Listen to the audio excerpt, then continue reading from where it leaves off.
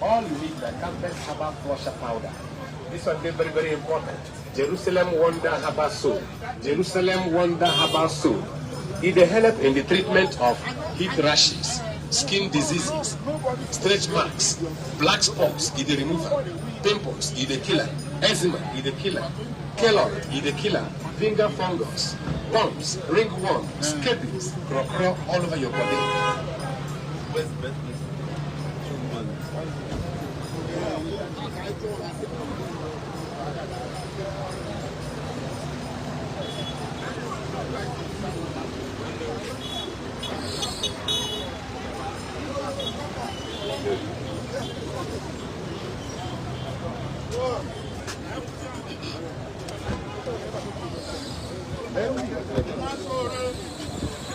What's up?